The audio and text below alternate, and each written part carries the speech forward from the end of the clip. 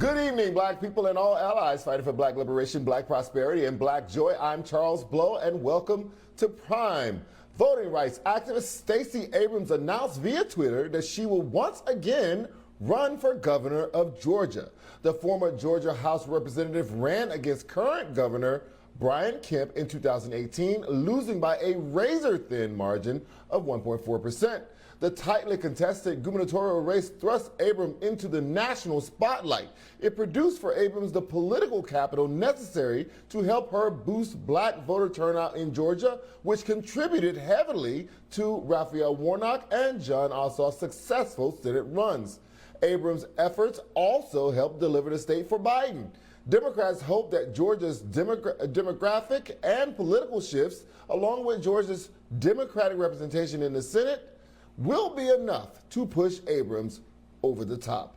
Conflicts within the Republican leadership in Georgia could contribute to an Abrams victory as well. Former President Donald Trump and his followers have soured on Governor Kemp for his unwillingness to act on Trump's voter fraud lies in the state.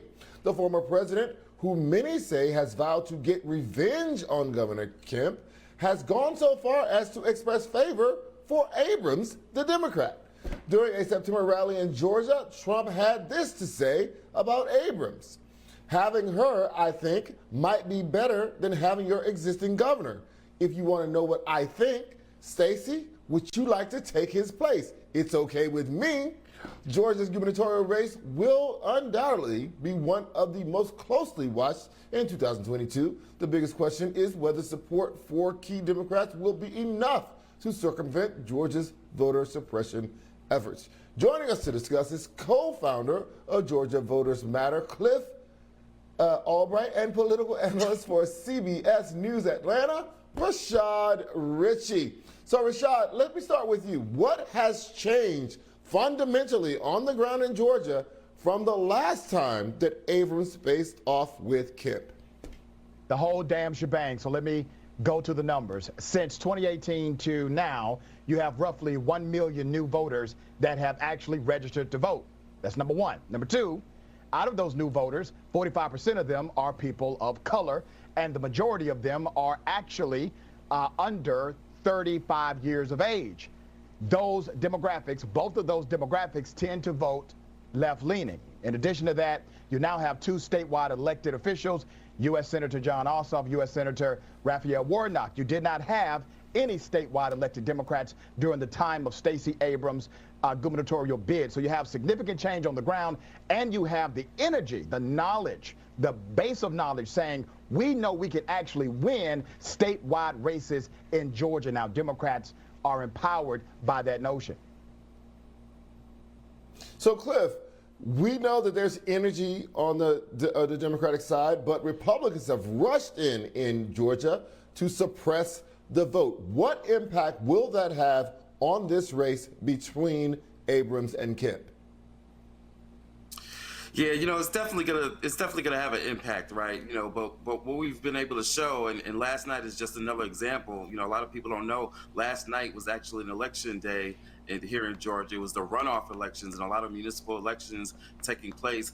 This election cycle had already seen massive black voter turnout, shifts and swings in local seats. There were 41 seats that swung during the November election. Last night, we added another 7 to that total, including in several communities where you're seeing the first black mayor, in Warner Robins, Georgia, the first black woman mayor. And so, there's a lot of energy out there, but we know that the achievements that we've seen in this cycle, and including yesterday, has been not because there isn't voter suppression, it's been in spite of the voter suppression that we've seen.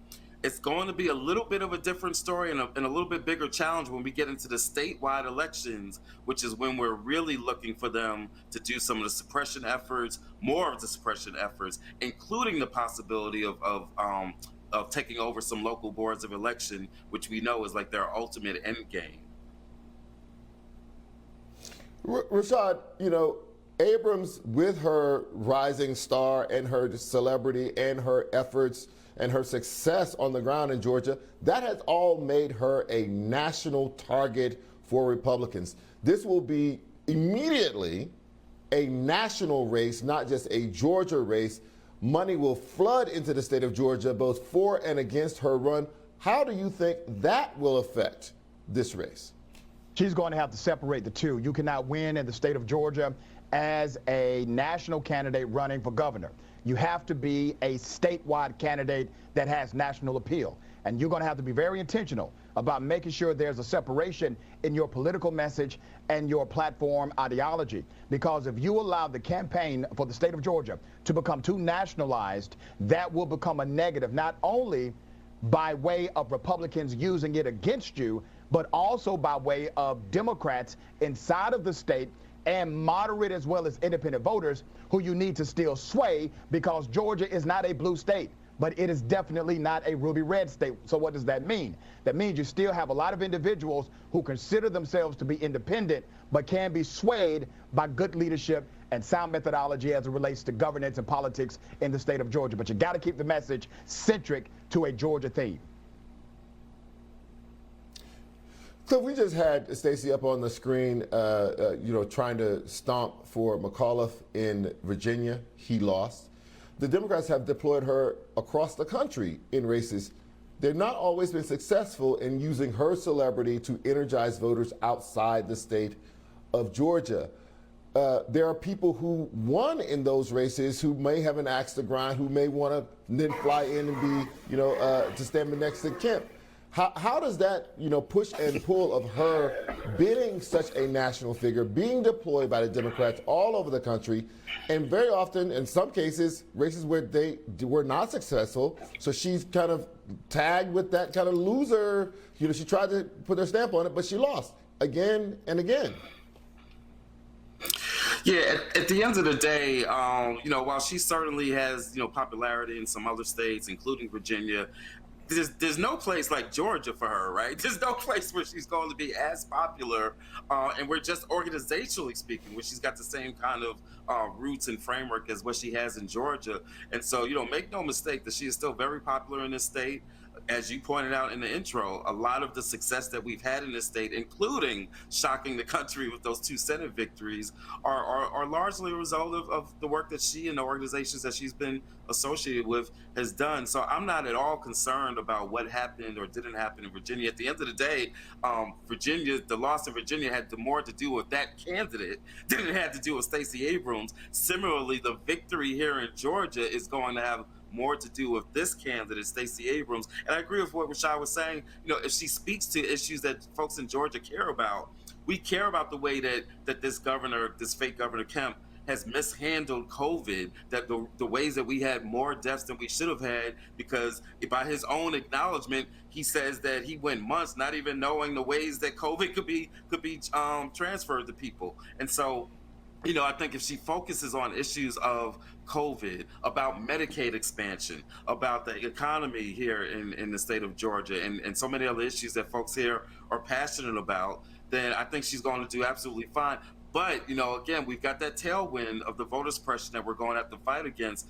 We know that they're going to be using those tactics. We know that they're going to bring in other folks. But look, at the end of the day, Trump and Pence came to Georgia, I think 2 or 3 times during the Georgia runoffs, and we've battled him, Black Voters Matter, in other states like Louisiana, where he did a couple of visits. And so we say, if y'all want to come on in and bring in those folks, let it happen, because we're ready for them. We beat them in the past, and we're going to beat them again, and we're going to beat this voter suppression. But the last thing I'll say, Charles, is this: we're going to beat this voter suppression, but we need this federal legislation. You and I have talked about that a lot on other shows. Rashad, specifically, one of the reasons that Stacey Abrams is not governor right now was because massive voter purging that happened in the last election. Has that issue been fixed, or could that scenario repeat itself in this election? Let me answer that simply. Hell no, it hasn't been fixed, because the Republicans are still in control of that process. As a matter of fact, it's actually worse because of Senate Bill 202, which now creates additional barriers, early vote barriers, absentee vote barriers, etc., to voting precincts all across the state of Georgia. But here's what has happened.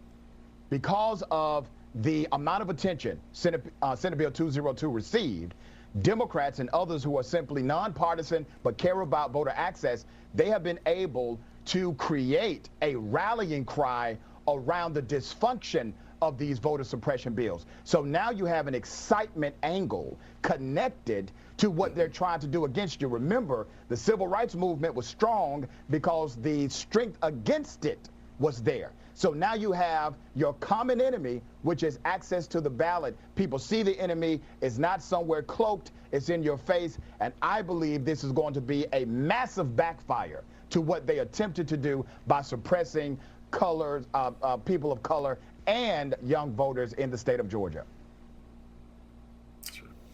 Cliff, do you think that Trump is going to hold his line of grievance against Kemp, or will the Republicans make him come around to supporting Kemp and getting out the vote as strongly as he possibly can?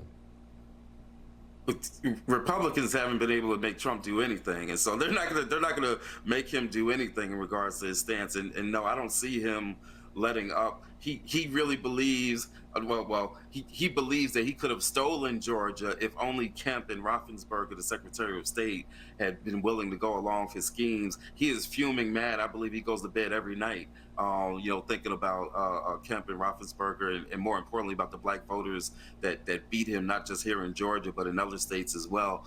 And so, no, I don't think they're going to get him to do right. I think he's going to continue to cause division and confusion.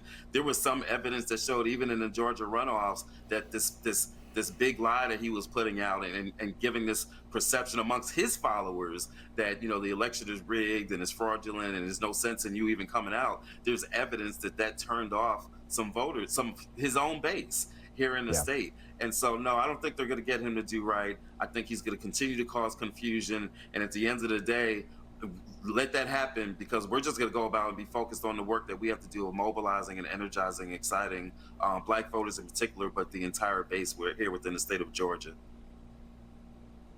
Cliff Albright and Rashad Richey, thank you both for joining me tonight, gentlemen. I appreciate it.